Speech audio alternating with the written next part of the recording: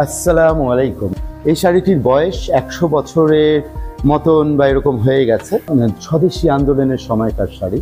এটি হচ্ছে গিয়ে সেই মায়ের দেয়া মোটা কাপড় মাথায় তুলে নেড়ে ভাই, দিন দুঃখিনী মায়ের তোদের এর বেশি আর সাধ্য নাই, সেই স্লোগানের কাপড়। তো এটির মালিক যিনি হচ্ছেন গিয়ে আমার নানি নবুয়তুন নেসা। উনি জমিদার মির্জা মৌলভী মোহাম্মদ কাদের বাক্সের স্ত্রী ছিলেন।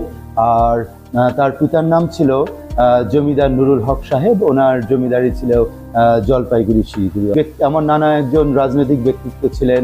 উনি তো রাজনৈতিক ব্যক্তিত্বের স্ত্রী হওয়াতে উনি অনেক রাজনীতির সাথে জড়িত ছিলেন।